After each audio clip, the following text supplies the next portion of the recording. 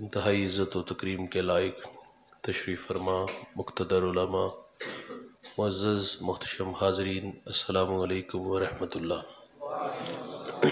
چند باتیں آپ کے گوش گزار کر کے گفتگو سمیٹ لوں گا۔ دعا ہے اللہ حق بیان کرنے کی توفیق عطا فرمائے۔ قابل عمل باتوں پر ہم سب کو عمل کر کے زندگی کی راہوں کو درست کرنے کی توفیق عطا فرمائے۔ ساگر صدیقی بارگاہ خیر الانام میں ہدیہ عقیدت پیش کرتا ہے۔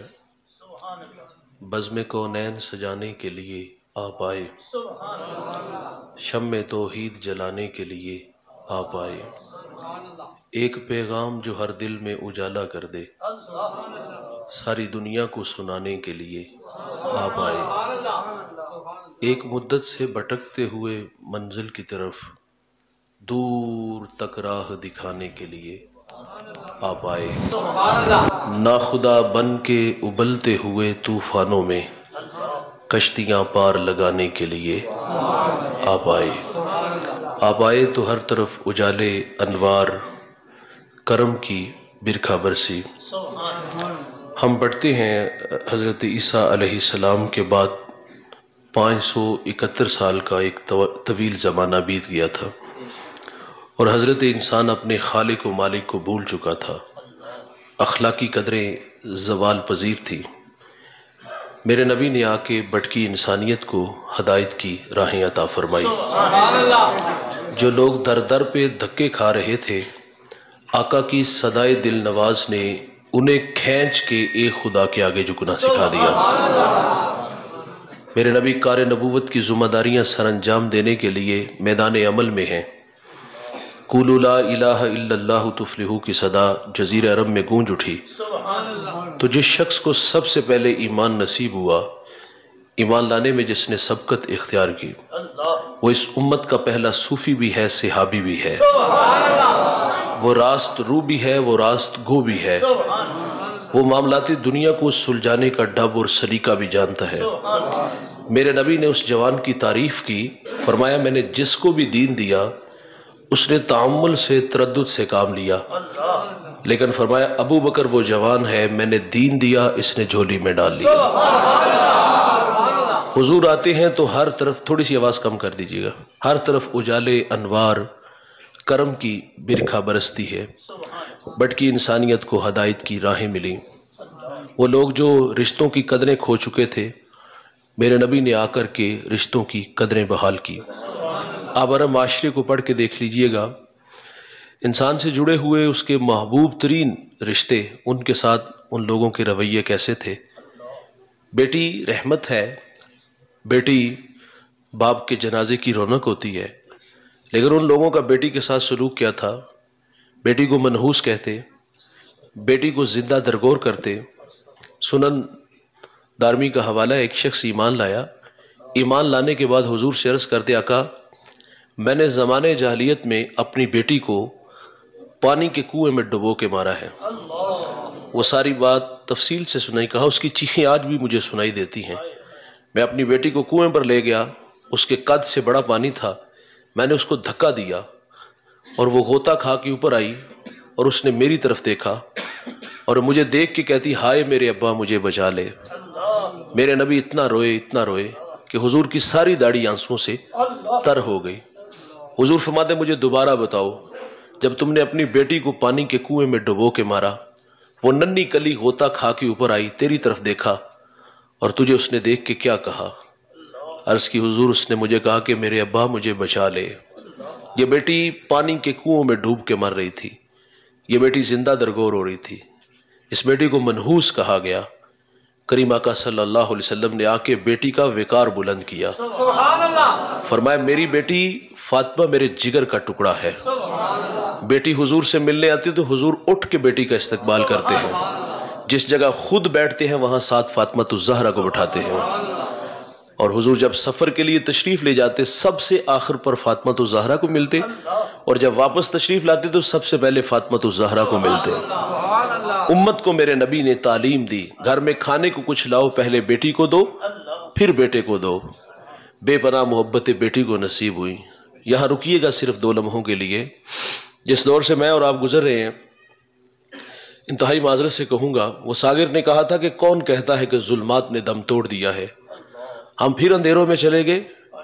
میرے نبی بیٹی کا وقار بلند کرتے ہیں، اور آج اس معاشرے میں سسرال میں اس عورت کی عزت کم ہے جس کے ہاں زیادہ بچیاں ہوں، بنسبت اس عورت کے جس کے ہاں بچے زیادہ ہوں۔ اس کا کیا قصور ہے؟ اور بہت ساری عورتوں کو طلاق اس وجہ سے ہوئی کہ اس کے ہاں زیادہ بچیاں ہوتی ہیں۔ ہم اس سفاک باپ کو نہیں بھول سکتے میاں والی کے، جس نے 5 دن کی ننھی کلی کو گولی سے اڑا دیا۔ کیا جرم تھا یار اس کا؟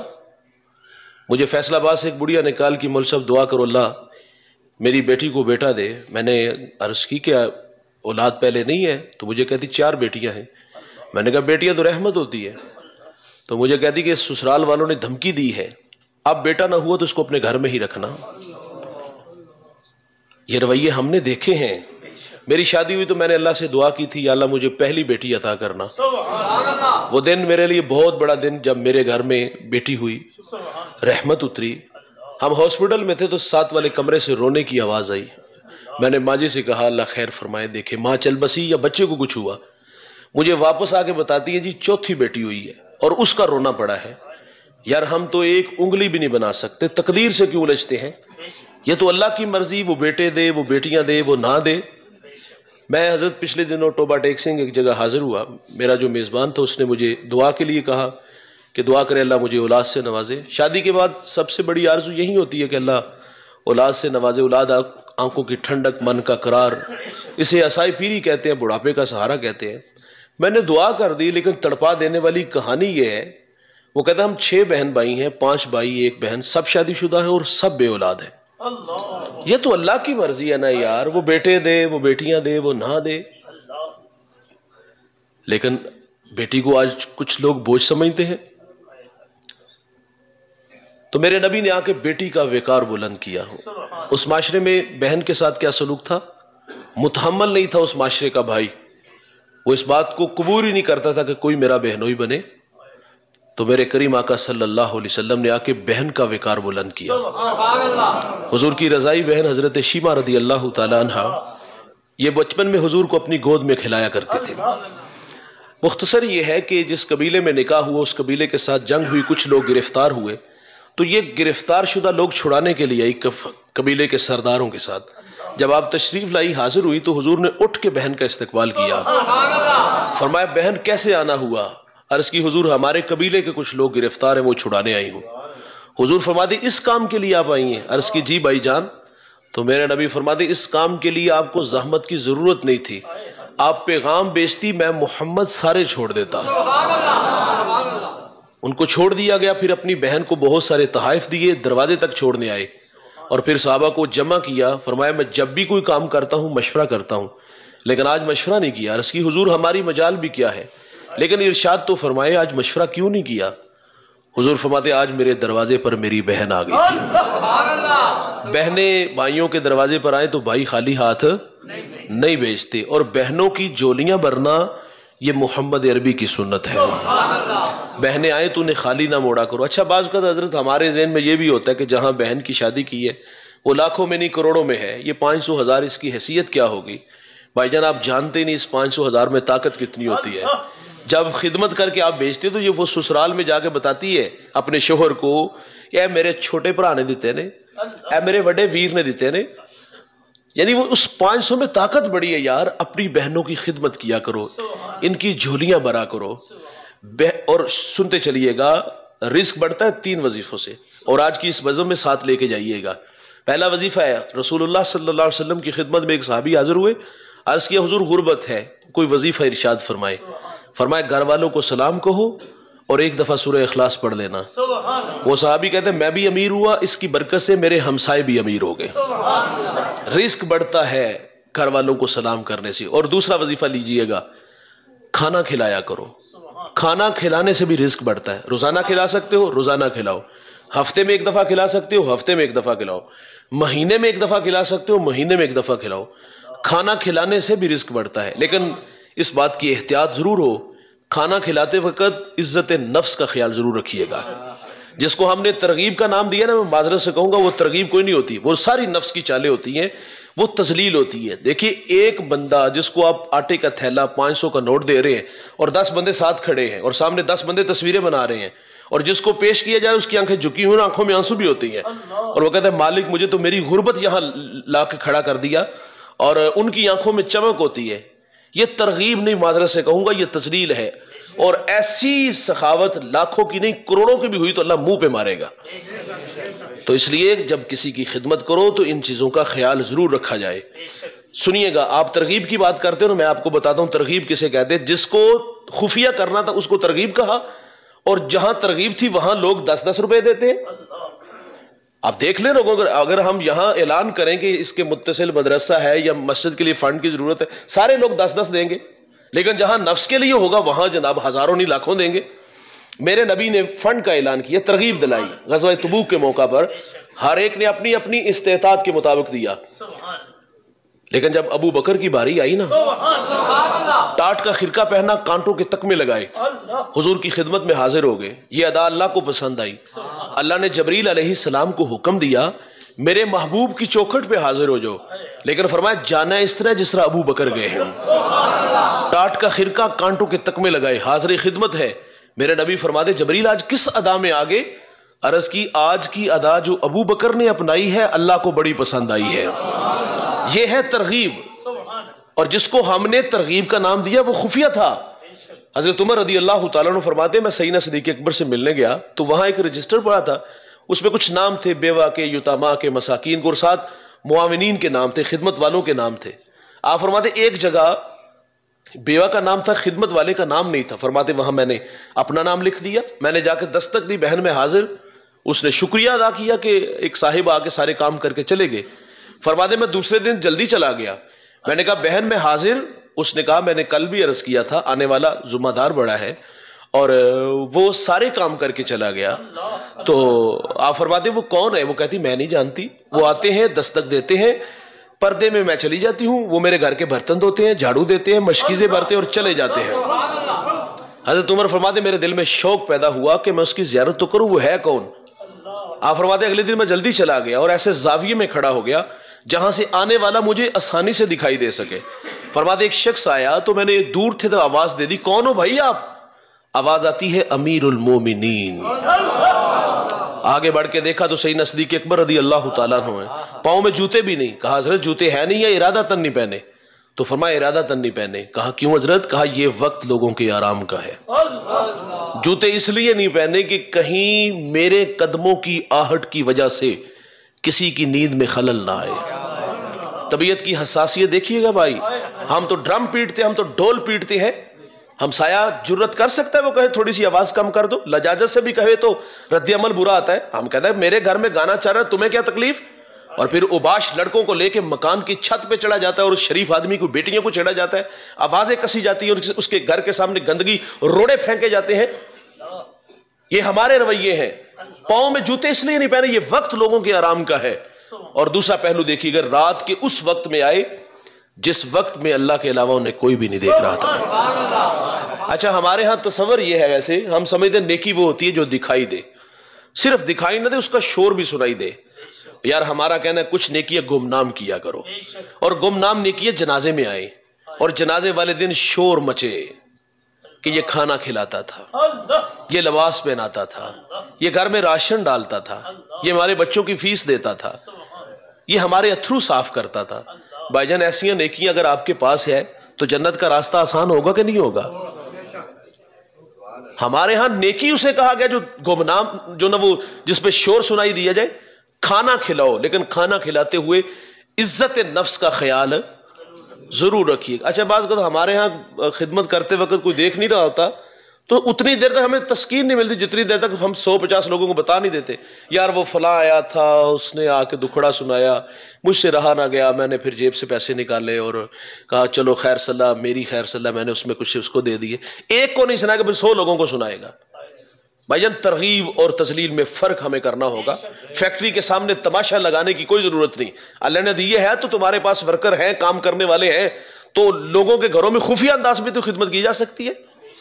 تو تیسرا وظیفہ جس سے رزق بڑھتا ہے، صوفیاء نے لکھا ہے کہ جو اپنی بہنوں کی خدمت کرتے ہیں، جو اپنی بہنوں کی جھولیاں بھرتے ہیں، اللہ ان کے رزق میں کبھی بے برکتی نہیں آنے دیتا۔ اپنی بہنوں کی جھولیاں بھرا کرو، اپنی بہنوں سے اداس ہوا کرو یار، ان کے پاس جایا کرو، انہیں پاس بلایا بھی کرو، اور انہیں پاس بلا کر کے ان کی جھولیاں بھرا کرو۔ مجھے ایک صاحب نے کہا کہ مولوی صاحب آپ بہن تحفہ دے تو لے لینا چاہیے۔ میں نے کہا کیوں نہیں، تحفہ دینے سے محبت بڑھتی ہے۔ کتاب کپڑوں کا جوڑا تھا نہیں، اس کے حصے کی زمین ہے۔ اچھا بہنیں وار دیتی ہیں بھائیوں پہ، انہیں بھائیوں سے زیادہ عزیز کچھ بھی نہیں ہوتا۔ یہ تو بھائی ہیں نا، آپس میں ایک انچ پہ ایک دوسرے کو ذبح کر دیتے ہیں۔ اور دوسری بات یہ ہے، بہن کو یہ ڈر بھی ہوتا ہے کہ اگر میں نے بھائی سے اپنا حق مانگا نا تو یہ بچوں کو نفرت کا درس دے گا، پھوپھی نو منہ نہیں لانا، مر گئے تینوں میرے جنازے تے بھی نہ آنا، تکے دے کے گھروں کٹ دینا۔ کیا غلط کیا بھائی اس نے؟ اپنی بہنوں کا حق ضرور دیا کرو، اور اپنی بہنوں کی جھولیاں بھرا کرو، ان کے پاس بلایا کرو، ان کے پاس جایا بھی کرو۔ یہ ماں باپ ہی تھے نا یار، 15 دن بعد اداس ہو جاتے تھے، داماد کا ترلا نہیں کر لیتے، پتر تو چھڑ جا، واپس ہم چھوڑ آئیں گے۔ ماں باپ چلے گئے، اور یہ ہمارے گھروں میں 6 ماہ نہیں آتی، یاد بھی نہیں آتی یار۔ یہ سال بعد چھٹیاں گزارنے آ جائے تو ہمارے رویے دیکھ کے واپس گھر چلی جاتی ہیں۔ میں کہتا ہوں بھائی، بہنیں جو ہوتی ہیں نا وہ ولی بنا دیتی ہیں، بہنیں ماں کا روپ ہوتی ہیں یار۔ بہنوں کے ہاتھ بھائیوں کے لیے ہر وقت اٹھے رہتے ہیں، تو ان سے دعائیں لیا کرو یار۔ یہ موسم آ گیا سردیوں کا، میرا تعلق بھی دیہات سے ہے۔ ہمارے دیہاتوں میں ہمیں تو یاد آتا ہے، ہمارے جو بوڑھے تھے اپنی بیٹیوں کے لیے وہ دال بنا کے، پنیاں بنا کے، وہ اس طرح کی سوغات، یہ اچھی رسمیں ہیں، وہ لے جایا کرتی تھی۔ ماں باپ چلے گئے تو بھائی جو ہوتے ہیں نا وہ باپ کی جگہ پہ ہوتے ہیں، تو بھائیوں کو چاہیے یار یہ چھوٹی چھوٹی خوشیاں اپنی بہنوں کو دیں۔ لیکن ہم نے تو بہنوں سے مرنا جینا ختم کیا ہے، میں مر گیا تو نہ آئی، تو مر گئی تو میں نہیں آؤں گا۔ اور ایسے صفاق بھائی ہم نے دیکھے کہ سال ہر سال بہنوں سے کبھی ملاقات ہی نہیں۔ بہن بیچاری اگر آ ہی گئی ہے تو اس نے منہ بھی نہیں لگایا۔ تو حضور نے آ کے بہن کا وقار بلند کیا۔ اس معاشرے میں بیوی کے ساتھ کیا سلوک تھا؟ پاؤں کا جوتا خیال کرتے تھے۔ یہ ہمارا ہمسایہ ملک ہندوستان، آپ اس کی تاریخ پڑھ کے دیکھ لو۔ شوہر دنیا سے گیا، اس کو شراب پلاتے، جذبات دیتے، اور کیا کہتی؟ ساگ میں چھلانگ لگا، وفا کی کہانی مکمل ہوگی۔ مرنے کو کس کا جی چاہتا ہے؟ اگر وہ ایسا نہیں کرتے اس کو بند کمرے میں ڈال دیتے، اس کی جولی میں مینگنیاں ڈال دیتے، اس کے سر کے بال اتار دیتے، دوسری شادی بھی نہیں کر سکتی تھی۔ یہ عورت کے ساتھ سلوک تھا، اسے تو انسان بھی تصور نہیں کرتے تھے۔ تو کریم آقا نے آ کر کے بیوی کو عزت عطا فرمائی۔ حضرت خدیجہ رضی اللہ تعالیٰ عنہ نے فاطمہ الزہرا سے فرمایا، بیٹا جاؤ ابو سے کہو کہ وہی کے وقت جو چادر آپ کے کندھوں پہ ہوتی تھی وہ مجھے عطا کر دے۔ سیدہ نے آ کے عرض کیا تو حضور فرماتے، جاؤ امی سے پوچھو وہ چادر کیا کرنی ہے۔ آپ گھر آتی تو حضور بھی تشریف لے آئے، فرمایا خیریت؟ عرض کی حضور بطور برکت کفن کے لیے ساتھ لے جانا چاہتی ہوں۔ تو میرے نبی فرماتے، آپ چادر مانگ رہی ہو، اگر جلد بھی مانگتی تو میں محمد تمہیں وہ بھی عطا کر دیتا۔ سیدہ عائشہ رضی اللہ تعالیٰ عنہ پانی نوش فرما رہی ہیں، حضور فرماتے اس میں سے کچھ بچا لینا، بچا لیا گیا۔ حضور فرماتے، عائشہ اب یہ بتائیں کہ آپ نے کہاں ہونٹ رکھ کے پانی پیا؟ عرض کیا حضور یہاں ہونٹ رکھ کے، میرے محمد وہیں لب رکھ کے پانی پیتے ہیں۔ وقار بلند کیا عورت کا۔ اور آج بھی ہمارے اس معاشرے میں ایسے لوگ ملیں گے جو عورت کو پاؤں کا جوتا کہتے ہیں۔ ایک گھر کا جھگڑا تھا، مجھے بلایا گیا، بات سنی، کوئی اتنی بڑی بات نہیں تھی، وہ کہتے ہیں نا کہ آٹا گننی تھی ہلنی کیوں ہوئی، چھوٹی چھوٹی باتیں۔ میں نے کہا چلو جی اماں جی جان دو۔ اس بڑھیا نے پاؤں سے جوتا اتارا اور اس کے بھائی کے منہ پہ مارا، اور آواز تھی جتی پوری آئی نہ آئی تو لا کے سر چھڑی۔ وہ خود بھی عورت، اس کے گھر میں بھی تو بیٹی ہے، وہ بھی تو کسی کی بیٹی ہے، کیا بحث کرتا اس سے میں؟ یہ ہے آج بھی ہمارے ہاں سے لوگ جو پاؤں کا جوتا خیال کرتے ہیں۔ تو میرے نبی نے آ کے عورت کا وقار، اور پھر سنیے گا یار، جو حضور کے تربیت یافتہ تھے، جنہوں نے حضور سے دین سیکھا، انہوں نے گھر کو کس طرح جنت کا ماحول دیا، آئیے سنیے گا۔ میں نے طلحہ بن عبید اللہ رضی اللہ تعالیٰ عنہ کی زوجہ کا بیان پڑھا، دل کو چھو گیا۔ آپ فرماتی میرے شوہر میں 6 خوبیاں جو مجھے متاثر کر گئی۔ شوہر میں 6 خوبیاں ہو تو گھر خوبصورت بنے گا، اور آج کی اس بزم میں یہ 6 خوبیاں ساتھ لے کے جائیے گا۔ آپ فرماتی میرے شوہر کی اچھی عادت، یہ گھر آتے ہیں مسکراتے ہوئے آتے ہیں، جب یہ گھر سے جاتے ہیں تو مسکراتے ہوئے جاتے ہیں، آتے بھی مسکراتے